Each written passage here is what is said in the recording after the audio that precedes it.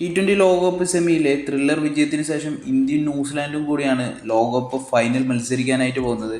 എന്നാൽ മലയാളി താരവും Indian opening ബാറ്റ്സ്മാനും കൂടിയായ സഞ്ജുവിനേറ്റ പരിക്കാണ് കേട്ടോ ഇപ്പോൾ വലിയ ചർച്ചയായിരിക്കുന്നത്.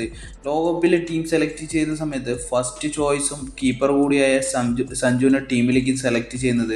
എന്നാൽ ലോകകപ്പിന് തൊട്ടു മുൻപായിട്ട് നടന്ന ന്യൂസിലാൻഡും ഇന്ത്യയും തമ്മിലുള്ള 5 T20 പരമ്പരയിൽ അദ്ദേഹത്തിൻ്റെ മോശം ഫോമിനെ തുടർന്ന് സെക്കൻഡ് ചോയ്സ് കീപ്പറായിട്ട് വന്ന ഇഷാൻ കിഷൻ പ്ലേയിങ് 11ലേക്ക് വരികയും സഞ്ജുവിന് ബെഞ്ചിലിരിക്കേണ്ട അവസ്ഥയുമായിട്ട് വന്നു കേട്ടോ.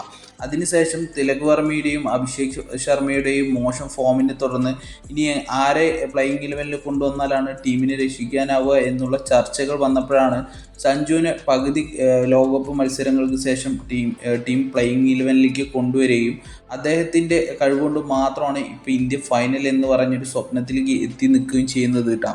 അതുകൊണ്ട് തന്നെ ഈ കഴിഞ്ഞ 2 മത്സരങ്ങളും കൂടാതെ സിംബാബ്വേയുമായിട്ട് കഴിഞ്ഞ മത്സരത്തിലും സഞ്ജുവിന് നിർണായക പങ്കുണ്ട് എന്ന് തന്നെ വേണമെങ്കിൽ പറയണ്ട. എന്നാൽ ഇന്നലെ നടന്ന പ്രാക്ടീസ് സെക്ഷനിൽ സഞ്ജുവിനായിട്ട് പരിക്കാണ് ഇപ്പോൾ ചർച്ചയായിക്കൊണ്ടിരിക്കുന്നത്. ഹാർദിക് പാണ്ഡ്യയുടെ ബാൾ ഫേസ് ചെയ്യവേ യോർക്കർ ബാൾ കാലിൽ കൊണ്ടിട്ട് കണങ്കാലിനേറ്റൊരു പരിക്കാണ് ഇപ്പോൾ ചർച്ചയായിരിക്കുന്നത്. അതുമാത്രമല്ല ഇന്നലെ ഈ ഒരു ബോൾ ഫേസ് ചെയ്തിട്ട് അദ്ദേഹത്തിന് പരിക്ക് പറ്റിയതിനെ തുടർന്ന് അദ്ദേഹം അതിനുശേഷം പ്രാക്ടീസ് സെക്ഷനിൽ നിന്ന് മാറി നിൽക്കുക വരെ ഉണ്ടായിരുന്നു. ഇനി ഇന്നത്തെ പ്രാക്ടീസ് സെക്ഷനിൽ അദ്ദേഹം ഇറങ്ങുമോ എന്നുള്ള കാര്യത്തിൻ്റെ ഇതിനനുസരിച്ചിട്ടിരിക്കും നാളെ സഞ്ജു പ്ലേയിങ് 11ൽ ഉണ്ടാവുമോ അതോ മാറ്റി നിർത്തുമോ എന്നുള്ളതെല്ലാം. കാരണം ഇന്നലെ ആ ഒരു ബോൾ ഫേസ് ചെയ്തതിന് ശേഷം അദ്ദേഹം ഒരുപാട് നേരം ഗ്രൗണ്ടിൽ കിടക്കുന്ന ഒരു അവസ്ഥയുണ്ടായിരുന്നു. അതിനുശേഷമായിരുന്നു ഗ്രൗണ്ട് വിട്ട് എന്നെല്ലാം ന്യൂസ് റിപ്പോർട്ടുകൾ വന്നുകൊണ്ടിരിക്കുന്നുണ്ട് കേട്ടോ.